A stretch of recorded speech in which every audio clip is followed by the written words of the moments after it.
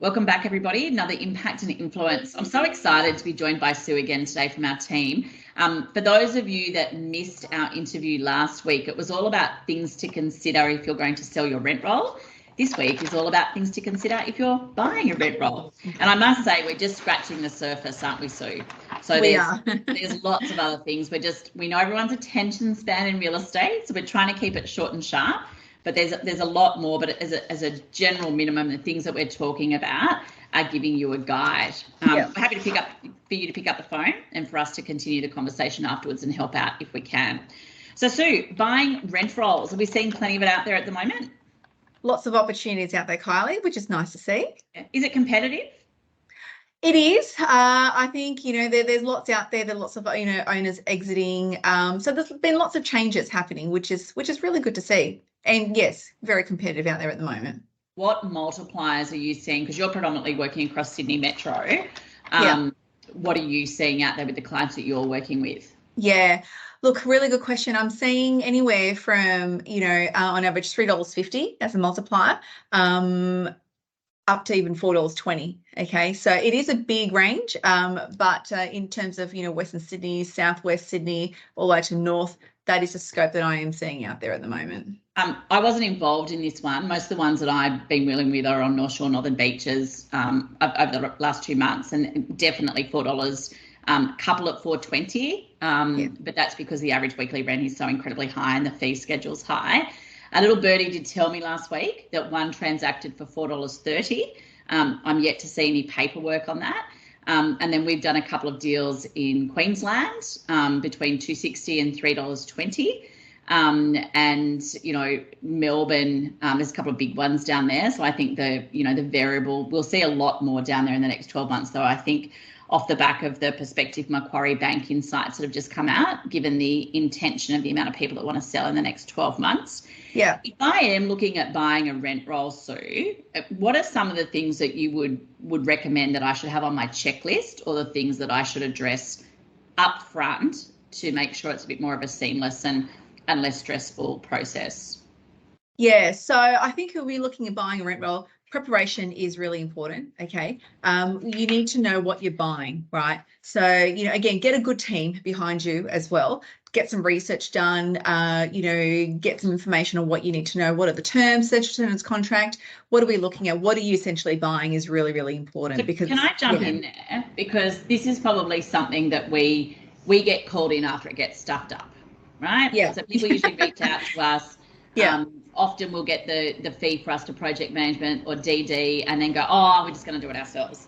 And then we get called in during the retention period or just before settlement because someone hasn't defined the condition of what they're paying for correctly, or what is a compliant managing agency agreement. So can we talk to that for a minute? Because they're the two things that we see the biggest problem with.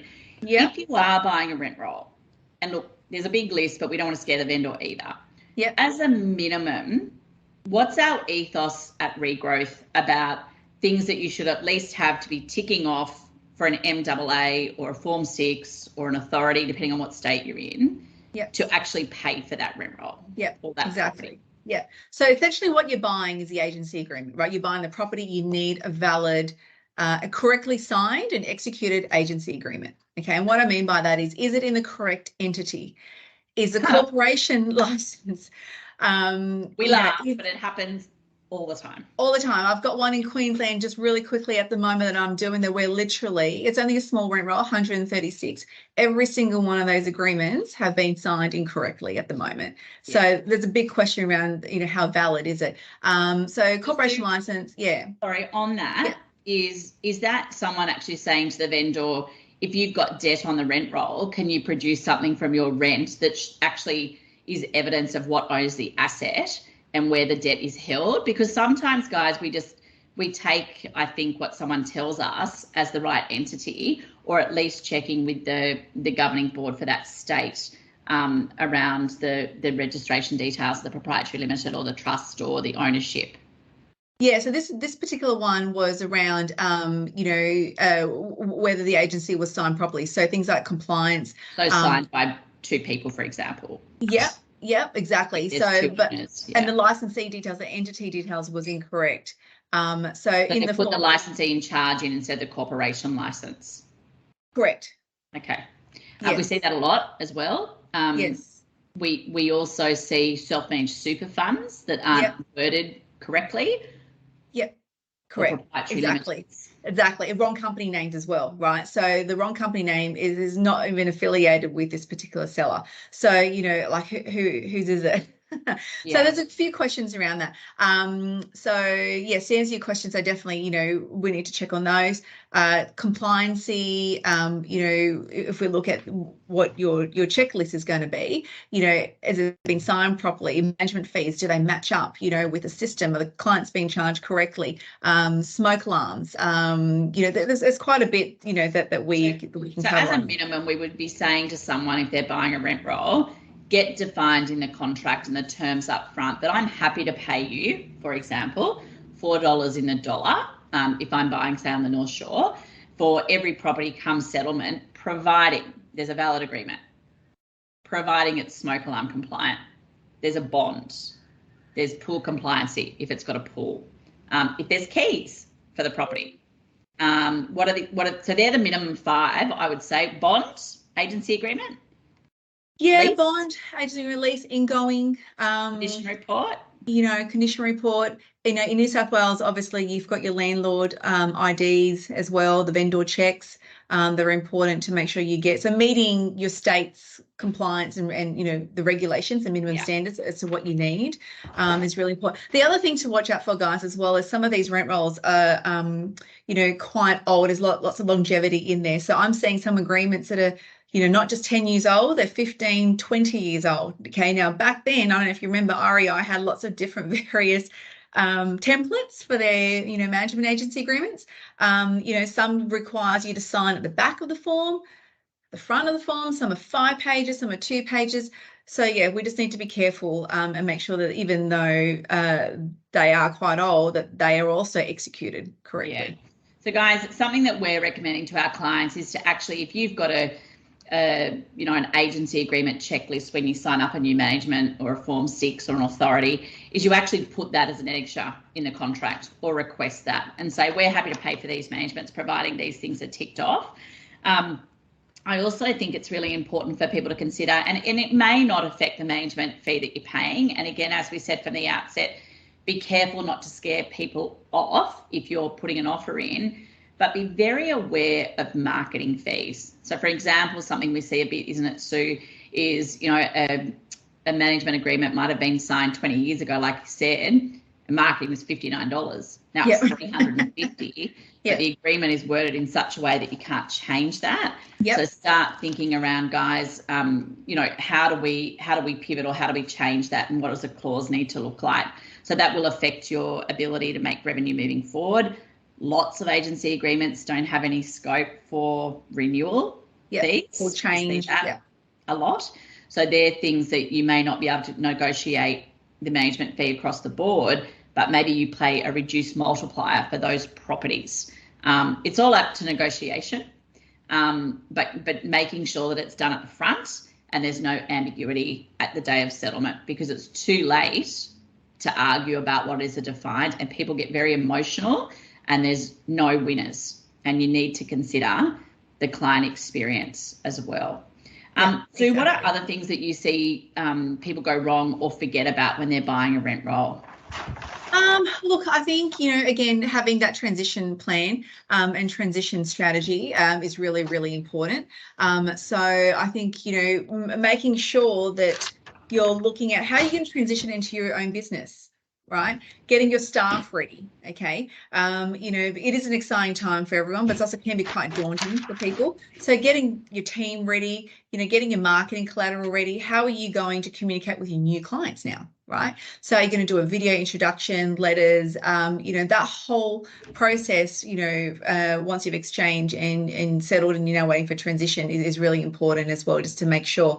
On top of that, you know, knowing where the gaps are in this rent roll that you're buying, you know, so, you know, looking at the due diligence, some that I've seen that I've done, you know, like we need to identify the holes and we need to be commercial about it, okay, because it is a commercial transaction, and you know, we're not in a perfect world, so there will be some gaps, but if you know what they are, you will know what to do with it. Right. Well, then you've got a plan on how to fix it, and you're not buying a surprise. And a budget. Yeah. Yeah. Time, money, people, resources. Yeah. So I think when you were talking about client communications there, that is something that should be defined in the contract too. So on this date, we are agreeing that we can tell the team simultaneously. 100%. On this date, we're agreeing that communication will go out in video format and email and text to our customer, and it is agreed up front in the contract that both the vendor and the buyer will be on a video together, and even guys both contributing to that. So it's advantageous for the vendor to contribute financially to those video comms or a communication strategy, and the buyer, and then you might put, $3,000 or $5,000 each into a kitty, and that might be about an event to bring both teams together. It might be about getting a professional video done out to the other side. You have to consider how it makes your customer feel, and that's internally your people and externally the consumer, and putting that at the center of everything. So how often do you see teams that aren't culturally aligned with values? So my post-it notes flying off the wall. Teams that aren't culturally aligned with values or tech go wrong because it's not considered. Yeah, look, the last thing you want during a purchase like this and a transition like this is for things to go wrong within your own teams. Okay, so it does go wrong because they're not familiar with it. Your team is scared of it. They don't understand. They're not within your process of your values, and they're not on the same page as you. Okay, you need to be moving together, right? So the best transitions I've seen are the ones where the whole team, from your receptionist to your, senior product manager to your sales team, everyone is on board, everyone is aware, and there's lots of transparency. Okay, everyone's excited. Everyone's embracing the new changes. And so what's the why? What's the story? What's the why it's going to be beneficial besides me getting more properties to manage? Internally, what's the, almost like having an FAQs. I know we were doing a client the other day that was transitioning, and we wrote a frequently asked questions for their team, and then we did one for the customer. So you're delivering this news. How do they feel? It's great for you because you're growing your asset as the buyer, but how does your team feel about it? How do you get them excited about it? Where do the problems arise when, let's just say you're buying my business, my team go over with you to the new business, there's forms and processes here, and there's forms and processes there.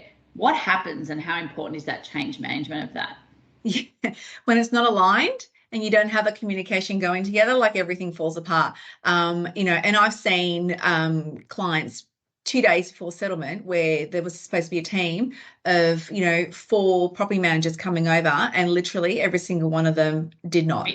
Yeah. It wasn't the fault of the buyer at all. The whole transition just wasn't managed properly, and really that really was the only reason. Communication is the key in a lot of these things. So it's really, really important and crucial for your clients, for you, for your business, for your staff as well, to ensure that communication is open and there's transparency, and there's excitement for everyone. There's frequently asked questions is a great idea, so that they're equipped, so your staff are equipped, with the tools to be able to answer any questions they might get from clients, people they meet out there. You're empowering them with information to be able to support you in your business. And I think is ensuring, guys, that there's protocol for owners that aren't happy or a little bit nervous about the transition. What happens, and sometimes with the greatest amount of respect to people that are on the tools in the department, they may not have the dialogue or the influence or the relationship that people that are more senior in the business or the principals or the directors have got. I've got to tell you, I think I've done, I'm not saying this to impress anybody, but to press upon people, over 170 transactions for the merger and acquisition or sale events. And the number one thing that I keep seeing coming up is leaders that leave it to the workers who don't have time. So, someone buys a rent roll and they're not involved, and then wonders why come the day of settlement things haven't been actioned because there's been no accountability or project plan. Or even worse, people sell and then you've still got the retention period, but they're already on the plane to Europe and they're gone. So there's no instruction, and then there's all this hemorrhage, and then they get back and wonder why they've only got X amount of properties left in the retention period, but they've borrowed debt and they don't have enough properties to pay back the debt. Yeah. So that's a true story, Kylie. It happens all the time. True story. Happens all the time. So, you know, being present, remembering culture and change management. You know, there'll be the people in the office where you'll walk in and say, great news, Sue, we've bought a rent roll. And Sue will be like, fantastic, love and embrace change. And then there'll be the people like, you know, the arms get crossed and they're like, great, another change, more work. More work, exactly. Is the importance of making sure you go through a change management model that will get them along on the ride, because they could become the absolute blockage. So again, as I wrapped up last time, we could talk about this forever because we've got so much experience in the space. But set it up right from the beginning. Be transparent. Make sure the contract's really well defined. Save that emotion at the end. And for both parties, protect your asset, protect your people, and never put process before people when buying a rent roll. Make sure everyone's got their employment contracts up front. You know, you have two property management department heads and we're buying a rent roll. They're both wondering who's keeping the title or who's keeping the job. So don't forget about people in the transition. So is there anything else that you'd like to wrap on around buying, or a recommendation or a final word for our listeners around buying rent rolls? Look, I think we've covered quite a fair bit in a short time, and there's so much to go through in this space. But you know, I cannot emphasize the importance of having a good team to support you, of professionals, okay? So yes, you've got your team internally with your staff, but also you're a solicitor, you're an accountant, you know, due diligence, banks, you know, someone to help you with this process, you know, so that you're not alone in it. And I think too, you know, 76% I think is something that someone floated past me the other day, of principals in Australasia are selling principals, depending on seasonally when you're buying too. So we see a lot going into end of financial year, and this time of the year is usually our biggest with transitioning rent rolls. If you are a selling principal, there is no way on the earth that you've got time to do what we do between exchange and settlement and post-settlement during the retention period. And I had someone say to me the other day, with respect to, you know, a fee that we quoted, I might just get someone to do that internally. And then literally 7 days later rang me and said, it was the dumbest decision I've ever made. So guys, we're very happy to give testimonials, story after story, whether it's us or it's not.